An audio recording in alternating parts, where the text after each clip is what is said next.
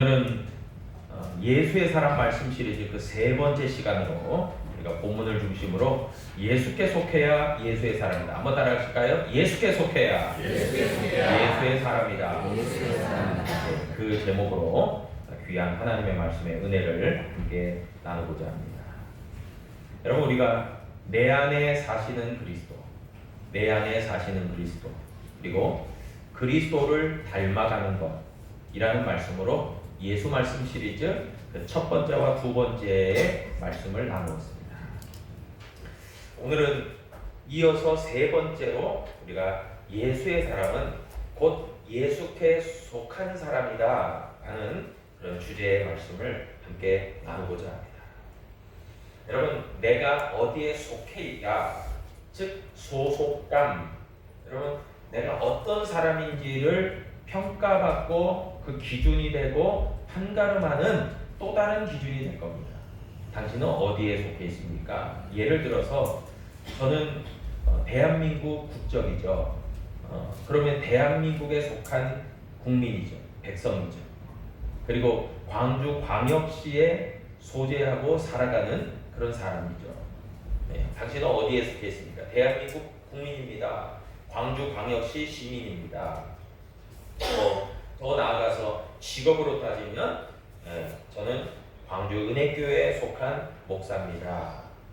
우리 성도님들께서도 각자의 어떤 직장들이 있으실 것 아닙니까? 저는 어디에 소속된 그런 직장을 다니고 있습니다. 그것이 자신을 나타내는 소속감이자 자신을 대변하는 그런 것일 겁니다. 여러분, 그래서 어디에 속해 있느냐, 어디 소속이냐, 그곳에 속하여 있기 때문에 그냥 많은 것이 아니라, 여러분 대한민국 국민이라고 하면 권리도 있지만 의무도 있지 않겠습니까? 여러분, 그런 것처럼 어디에 속해 있느냐에 따라서 혜택도 받고 또 보호도 받고 하지만, 그러나 주어진 의무가 있고 역할이 있고 그 위치에 합당한 본분과 사명이 있다는 거죠. 그래서 소속이라는 것은 굉장히 중요한 것입니다.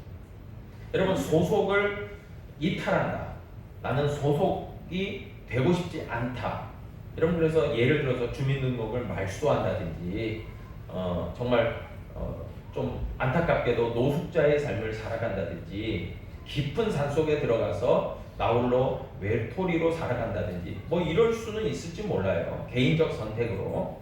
그러나 적어도 수많은 다수는 어딘가에 속해서 어딘가에서 역할을 감당하고 어딘가에서 그 위치를 차지하고 있는 그런 삶을 살아가는 것이 다 우리들의 공통점이라는 것이죠.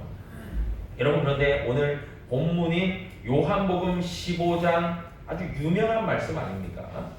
이 요한복음 15장 특별히 우리가 읽었던 4절과 5절의 말씀에 보니까 다음과 같이 말합니다. 내 안에 거해라, 나도 너희 안에 거할 것이다 라고 말씀하고 있는 거예요.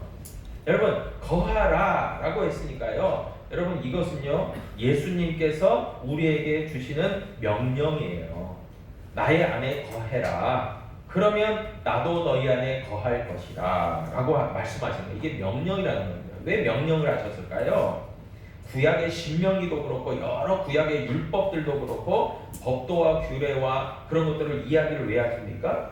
그것을 통해서 우리가 하나님의 복을 누릴 수 있고 그것을 통해서 우리가 하나님 백성 될 수 있기 때문에 준엄한 명령인 거죠. 그것을 지켜도 되고 안 지켜도 되는 것이 아니라, 우리의 선택이 아니라 무조건 절대적으로 그것은 하기를 바라는 마음으로 하나님이 말씀하시는 거예요. 그렇기 때문에 내 안에 거하라, 그것은 준엄한 명령입니다. 그렇게 꼭 해야 된다라는 말씀이죠. 여러분, 거한다, 영어로 dwelling이라고 하는데, 여러분 이 거한다는 것은 뭘까요? 거주한다, 살아간다, 이런 의미겠죠? 그런데 예수님 안에 거한다, 내 안에 거한다는 건 예수님 안에 거한다 그 말이잖아요. 예수님 안에 우리가 거한다는 게 무슨 의미일까? 여러분, 지식적으로 예수님을 알고 동의하는 수준을 또 뛰어넘어서요, 매일의 삶 가운데서 예수님과 지속적인 관계를 맺고 살아가는 것을 이야기하는 것이 내 안에 거하라라는 것입니다. 여러분, 그래서 이 거한다라는 말은 예수님 안에 살아가는 거예요. 매일 살아가는 거예요. 그리고 예수님과 직접적인 연결이 되어서 관계를 하고 살아간다라는 얘기를 하는 거예요. 그런 점에서 오늘 이 요한복음 15장에 나오는 나는 포도나무요 너희는 가지다, 이 비유의 말씀들이요 굉장히 중요성이 있어요. 그래서 이 비유의 말씀을 통해서 우리가 알 수 있는 것은, 먼저는 포도나무와 가지의 예를 들면서 포도나무가 있고 그 포도나무에 붙어있는 가지가 있다라고 설명을 해주고 있잖아요. 그리고 그 모든 것을 경작하는 농부는 우리 하나님 아버지다. 그러면 포도나무는 예수님을 나타내고 그 나무에 붙어있는 가지는 우리들인 것을, 믿음의 성도들인 것을 우리는 알게 되는 거죠. 여러분, 그럴 때에 우리가 가지가 나무에 붙어 있어야만 열매를 거두게 된다라고 결론적으로 이야기를 해주고 있는 거예요. 여러분, 그렇기 때문에 거한다라는 말은 단순히 그냥 살아간다라는 의미가 아니에요. 여러분, 예를 들어서 제가 저희 가족과 함께 집에서 살아가지 않습니까? 그런데 아무 관련이 없어요. 혈연 관계는 맺어 있지만, 예를 들어 부모와 자녀 간에, 부부 간에 그런 관계성은 설정되어 있지만 서로가 남남처럼 여긴다. 서로가 아무 관심이 없고 상관하지 않는다. 그리고 아무것도 기대하고 바라지 않는다. 여러분, 그것이 함께 거한다는 의미일까요? 천만에요. 그러지 않죠. 여러분, 부모는 또 자녀를 위해서, 자녀는 부모를 위해서, 남편은 아내를 위해서, 아내는 남편을 위해서 함께 긴밀한 관계를 맺고 서로 연결되어 있어서 서로 안부를 묻고 생활에 어떤 어려움이 없는지 그런 것들을 안부를 묻고 도와주기도 하고 서로 위로가 되고 격려가 되고 또 협력함으로 어떤 일을 감당해 나가고, 여러분, 함께 한다는 것, 이 거한다는 말은요 협력 관계를 의미하는 거예요. 예를 들어서 대기업이 있는데 그 대기업이 대기업만으로 생존할 수 있나요? 그러지 않잖아요. 여러 협력 회사들이 있는 거잖아요. 그래서 자동차 회사가 크게 있으면 그 자동차 회사만으로 존재하지 않고 생산품을 만들어내지 않고 협력업체들이 부품들을 다 만들어내서 납품을 하니까 그것들을 다 조립해가지고 완성품인 자동차를 만들어서 소비자에게 판매하는 것 아니겠습니까? 그래서 그것들이 이제 회사의 이득이 되고 그것으로 이제 살아가지는 그런 구조겠죠. 마찬가지예요. 우리도요, 하나님 앞에 믿음으로 살아갈 때에 반드시 하나님의 백성들은 이러해야 된다라고 명령하는 거예요. 너희들은 포도나무 되시는 예수께 붙어 있어야 된다라는 것입니다. 붙어 있어야 된다. 붙어 있어야 된다. 제가 어젠가요, 그 뉴스를 보니까 서울 구로구에 있는 큰 1000세대 오피스텔의 그 보일러 시설이 망가졌어요. 이게 이제 너무 과열이 되는 이제 터져가지고 하루가 이렇게 1000세대에 전원 보급이 전혀 안 되니까 난방이 안 되는 거예요. 그러니까 사람들이 막 오돌오돌 떨고 추위에 떨고 막 그런 것이 뉴스에 나오더라고요. 여러분, 겉으로 볼 때는 엄청나게 좋은 오피스텔 건물이더라고요. 그런데 그 보일러가 고장이 나니까요, 완전히 난방이 올수독되고 그곳에 거주하는 모든 사람들이 다 오돌오돌 떠는 거예요. 다 관계된 거예요. 여러분, 마치 핵심 보일러가 예수님이라고 한다면은 그 예수님으로부터 연결된 파이프라인이 끊어지는 순간 우리 모두에게 직접적인 해가 미치게 되는 것처럼, 여러분, 나무와 가지의 관계는요 연결되어 있어요. 붙어 있어야 한다는 말은 커넥팅, 연결되어 있어야 한다라는 뜻이겠죠. 그래서 늘 연결되어 있어요. 우리는요 영적인 파이프라인이 늘 언제나 예수님께 연결되어 있어야만 우리는 믿음의 성도인 줄 믿습니다.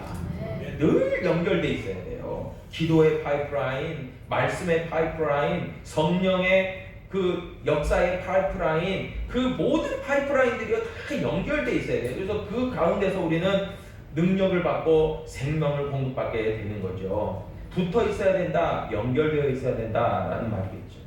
여러분, 나무는요 잘 아시다시피 전체를 의미합니다. 그런데 가지는 부분이죠. 부분. 그런데 가지가 나무에 붙어 있다라는 말은요, 물과 양분과 에너지를 충만히 그 나무로부터 공급받을 수 있다라는 의미일 겁니다. 여러분, 가지 홀로 설 수 없어요. 가지 홀로 뿌리가 되지 못해요. 여러분, 나무가 땅에 깊이 뿌리를 받고 온갖 영양분을 끌어올리니까 가지로 연결돼서 그것들이 공급됨으로 말미암아 가지에서 이제 또 싹이 또 나고 또 꽃이 피고 그 가운데서 열매가 맺어지는 거죠. 여러분, 그래서 예수님이 포도나무라는 것은 뭘 얘기합니까? 예수님이 우리의 생명의 근원이 되신다. 예수님이 우리의 영의 공급자가 되신다. 그 말씀을 하고 있는 거예요. 그리고 우리가 그 예수님으로부터 분리되는 순간 여러분, 우리는 생명력을 잃고 이내 죽고 말 거예요. 그래서 여러분, 우리는 영적인 존재이지만 홀로 살아가는 영적인 존재가 아니에요. 우리는 분명하게 아셔야 돼요. 우리는 예수님과 연결되어서 살아가는 영적인 존재일 뿐만이 아니라 우리는 교회라고 하는 영적 공동체를 이루면서 살아가게끔 하나님이 그렇게 말씀하시는 그런 영적 존재인 거예요. 그래서 두 기둥이 있지 않습니까? 성경에서도 첫째로 중요한 계명이 있는데 하나님을 사랑하고 내 이웃을 사랑한다. 그게 뭐겠어요? 하나님과의 영적인 관계, 그리고 이웃과의 영적인 관계, 그것을 잘 함을 통해서 우리의 믿음이 잘 세워지고 성장할 수 있고 잘 성숙해질 수 있다라는 얘기를 하고 있는 거죠. 여러분, 그래서 홀로 신앙생활 잘한다. 여러분, 코로나 때 2년을 거치면서 교회를 안 나가는 사람들이 많아지고 또 온라인으로 그냥 인터넷으로 접속을 해서 예배를 드리는 사람들이 참 많아져가지고요. 여러분 잘 아시다시피 가나안 성도들이 굉장히 급증했다고 하지 않습니까? 여러분, 가나안을 거꾸로 하니까 안 나가요. 여러분, 교회를 안 나가게 되는 거예요. 그냥 나는 종교를 물어보면 나는 기독교입니다 라고 대답하지만 교회에 소속하지 않겠다. 나는 예수님은 괜찮은데 나는 교회는 별로야. 여러분, 그 신앙이 올바른 신앙일까요? 저는 절대 그렇게 생각하지 않습니다.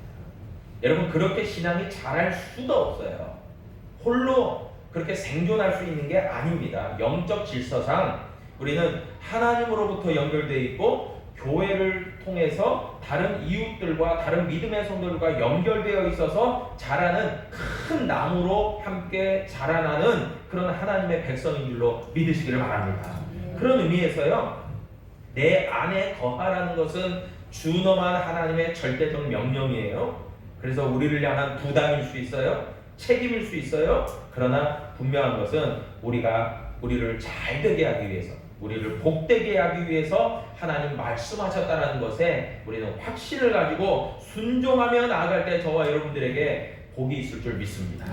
여러분, 내 안에 거해야만 너희는 살아갈 수 있어라고 예수님은 결론적 믿음의 선포를 하신 거예요. 내 안에 거해야만 너희는 잘 살 수 있어. 내 안에 거해야만 너희는 정말 잘 사는 거야 라는 얘기를 하는 거예요. 여러분, 요한복음 11장 25절도 말씀하시지 않습니까? 예수님께서 나는 부활이요 생명이니 나를 믿는 자는 죽어도 살겠고 라고 말씀합니다. 여러분, 이 세상에서 고통당할 수 있어요. 이 세상에서 병들 수 있어요. 이 세상에서 조금 내가 바라는 대로 기대치에 못 미칠 수 있어요. 그런데 무엇보다도 중요한 결론은 어디에 있습니까? 예수님을 믿을 때에 진정한 승리와 그런 성공과 또 그런 영생이 주어진다라고 하는 사실이에요. 그렇기 때문에 여러분, 예수님이 생명이라는 것을 확신하고 고백하는 순간 우리는 예수님께 붙어 있는 거예요. 예수님께 거하는 거예요. 여러분, 그래서 우리는 예수님께 늘 붙어 있어야 돼요. 예수님과 관계를 맺고 있어야 돼요. 긴밀한 관계를 맺고 살아가야 돼요. 예수님과 호흡을 같이 해야 돼요. 그럴 때에 우리에게 필요한 것들이 있더라고요. 제가 성경 묵상하면서 보니까 예수님께 붙어 있다, 예수님께 거한다 했을 때 어떤 것이 중요할까 생각해 보니까 여러분, 아까도 이야기했듯이 예수님은 포도나무세요. 그래서 뿌리까지 다 있으므로 모든 영양분을 제공해 주실 수 있는 근원이에요. 그리고 우리는 가지예요.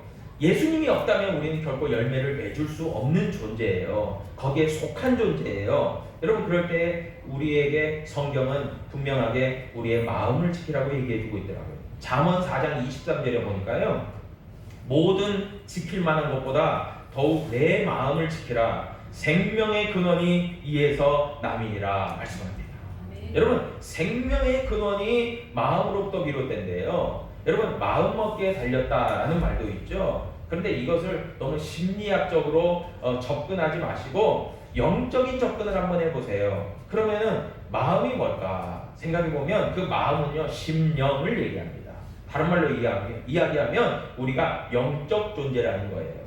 여러분, 우리는 영 관리를 잘 해야 돼요. 영적 관리를 잘 해야만 우리는 살아갈 수 있는 존재라는 거예요. 아무리 지식이 뛰어나고 아무리 기술이 좋아도요, 여러분, 마음 관리가 안 되잖아요. 영 관리가 안 되잖아요. 믿음, 신앙 관리가 안 되잖아요. 그럼 다 무너져 내릴 수 있다는 거예요. 그렇기 때문에 너희의 마음을 지켜라, 너희의 심령을 지켜라, 너희의 믿음 생활, 믿음 생활을 너희는 최선을 다해서 잘 해야 된다, 그 말씀을 하고 있는 거예요. 여러분, 그래서 심령 관리가 잘 돼야만 거기에서 생명의 근원이 나오는데, 영적인 생명의 근원이 나오는 거죠. 여러분, 그럴 때 빌립보서 4장 7절이 우리에게 교훈을 제공해 줍니다. 뭐라고 이야기합니까? 모든 지각에 뛰어나신 하나님의 평강이 그리스도 예수 안에서 너희 마음과 생각을 지켜주신대요. 여러분, 우리가 우리 스스로 마음을 지키는 게 아니라는 거예요. 내가 마음을 잘 지켜야지, 유혹받지 않아야지, 내가 최선을 다해서 마음을 관리를 잘해야지, 여러분, 그것으로 부조가 되는 거예요. 그러면 우리가 어떻게 해야 될까? 예수님을 의지해야죠. 예수님께 도움을 구해야죠. 성령의 인도함을 받아야 되죠. 그래야 우리의 심령, 마음, 영의 관리를 우리 하나님께서 책임져 주실 줄 믿습니다. 여러분, 하나님을 의지하기를 바랍니다. 하나님 의지해야 돼요. 우리 스스로 내가 잘해야지. 여러분, 99% 잘하다가 1% 삐끗할 수 있어요. 여러분, 그런데 예수 안에서 너희 마음을, 생각을 지켜주시는 하나님이 계시기 때문에 우리는 그분을 늘 의지하면서 우리 하나님께 기도하면서 믿음으로 나아가야 될 줄로 믿습니다. 여러분, 죽음이라는 것은요, 육체적 죽음도 있지만 영적 죽음도 있지 않겠습니까? 그래서 육체적 죽음이라는 것은 우리가 이 세상을 하직할 때, 이 세상에서 이제 더 이상 살아갈 수 없는, 숨이 끊어지는 상태를 말하지만, 영적 죽음은 다른 말로 얘기하면 죄로부터 말미암은 하나님과의 분리를 영적 죽음이라고 하지 않습니까?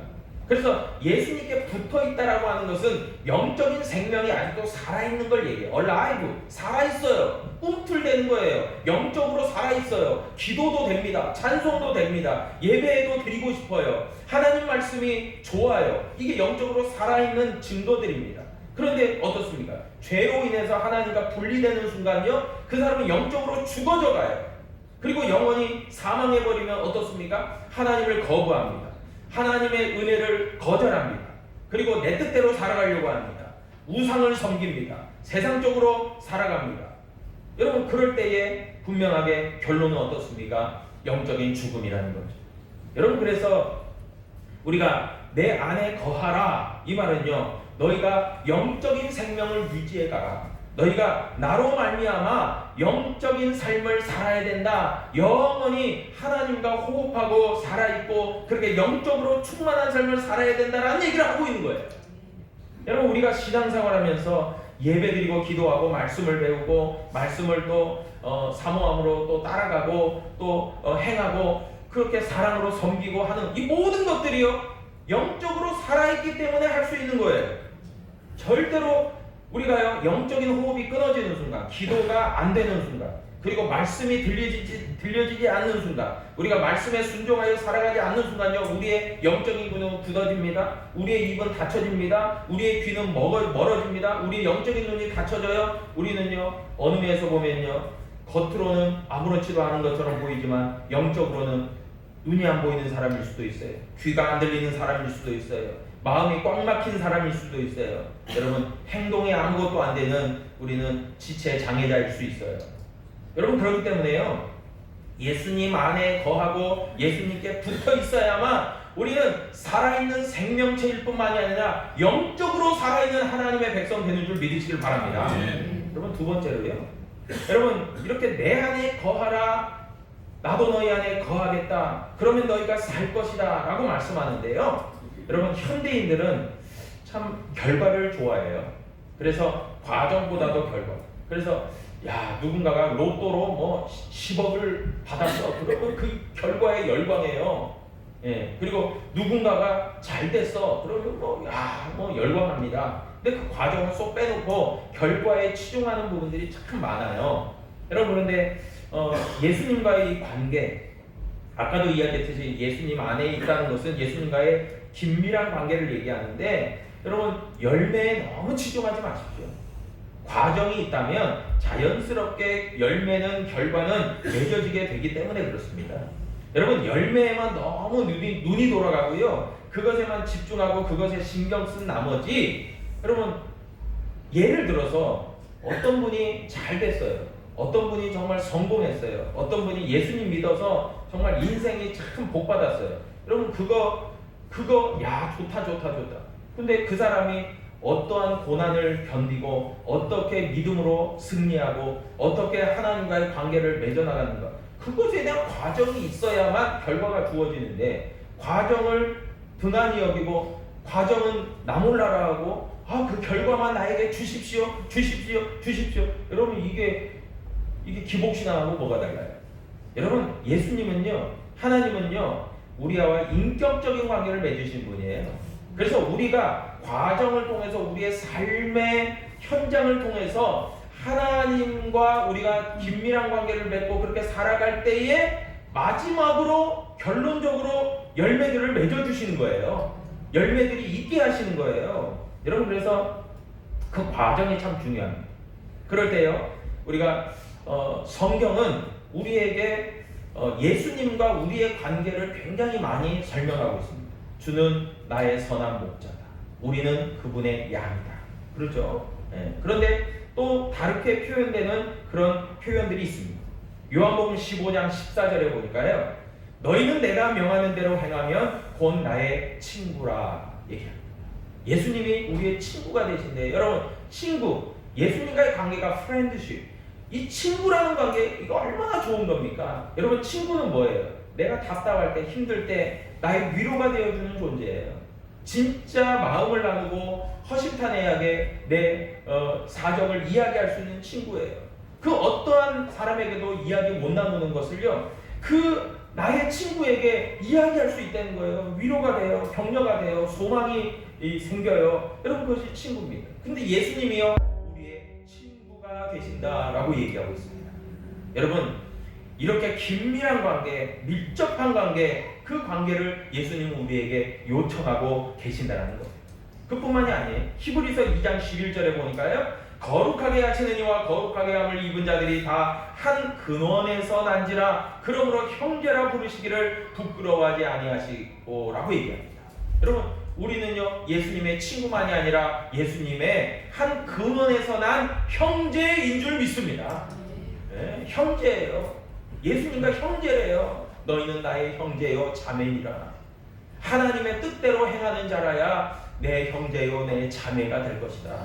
여러분 예수님과 긴밀한 관계, 나의 친구, 나의 형제. 그러니까 예수님은 끊임없이 우리에게 말씀하시잖아요. 우리가 하나님의 종이고 우리가 하나님의 거룩한 백성이고 하나님의 정말 제사장, 거룩한 나라고 제사장이고 그러기도 하지만 우리를 향해서 주님은요 나의 친한 친구야, 나의 형제야 그렇게 이야기를 합니다. 여러분 세 번째로요 예수님은요 우리에게 내 안에 거하라 그리하면 나도 너희 안에 거할 것이다 이야기를 합니다. 그럴 때 가장 중요한 어떤 관계 설정을 저는 이것이라고 생각합니다. 골로새서 1장 18절이 이야기합니다. 그는 몸인 교회의 머리시라. 그가 근본이시오 죽은 자들 가운데서 먼저 나신 이시니 이는 친히 만물의 으뜸이 되어 하심이라. 아멘. 여러분 계속해서 이 오리진, 근원이라는 말이 계속 등장하고 있잖아요. 여러분 근원이 루트, 뿌리입니다. 뿌리. 여러분 내가 어디에서부터 뿌리로부터 나왔느냐, 나의 조상이 어디냐, 그걸 올라가면은 믿음의 조상 아브라함을 이어서 하나님 아버지가 나오십니다. 여러분, 우리가 근원이 어디로부터 비롯되느냐? 우리의 근본이 어디냐? 우리의 뿌리가 어디냐? 여러분, 그것을 알고 있어야 된다는 거예요. 여러분, 그런데 오늘 예수님은요, 우리에게 내 안에 거하라고 하시면서, 나도 너희 안에 거하겠다 하시면서 그의 몸인 교회의 머리시라고 얘기합니다. 여러분, 우리 교회 공동체의 머리가 되시는 분, 주가 되시는 분은 우리 주 예수 그리스도인 줄로 믿습니다. 그분이 근원이래요. 그분이 근본이래요. 죽은 자들 가운데서 먼저 나시고 천 부활의 열매가 되시고, 우리도 부활의 산 증인이 될 뿐만이 아니라 우리도 죽었던 몸이 다시 부활하는 영생의 몸이 되는 것, 여러분, 그것을 이야기하고 있는 겁니다. 여러분, 그렇기 때문에요, 여러분, 이 내 안에 거하라 나도 너희 안에 거하리라, 무릇 가지가 나무에 붙어 있으면 많은 열매를 맺느니라, 이것을 너무 현세적으로만 해석하지 마십시오. 아, 내가 믿음 생활 잘하니까 나 복 주시려나 보다.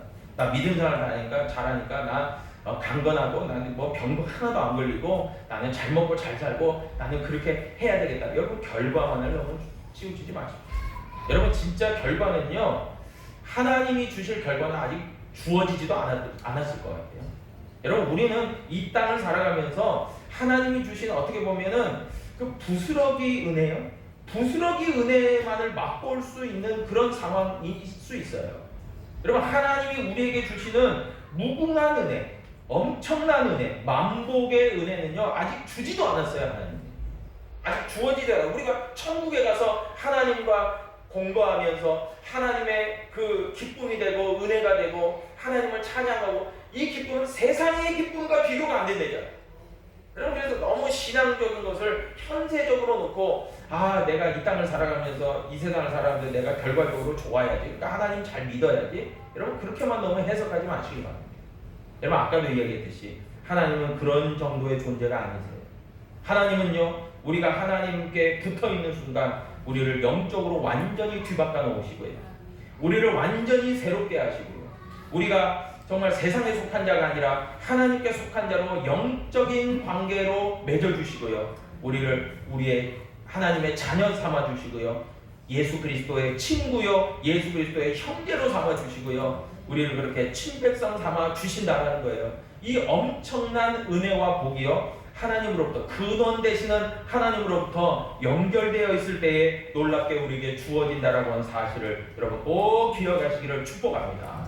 여러분, 그리고 무엇보다 중요한 건 생명 되시는 예수 그리스도. 여러분, 예수님은 생명이시잖아요. 여러분, 영원한 생명을 우리에게 주시는 그 하나님의 복이요, 저와 여러분 가운데 분명하게 있음을 꼭 기억하는 우리 믿음의 성도들 되기를 축복합니다.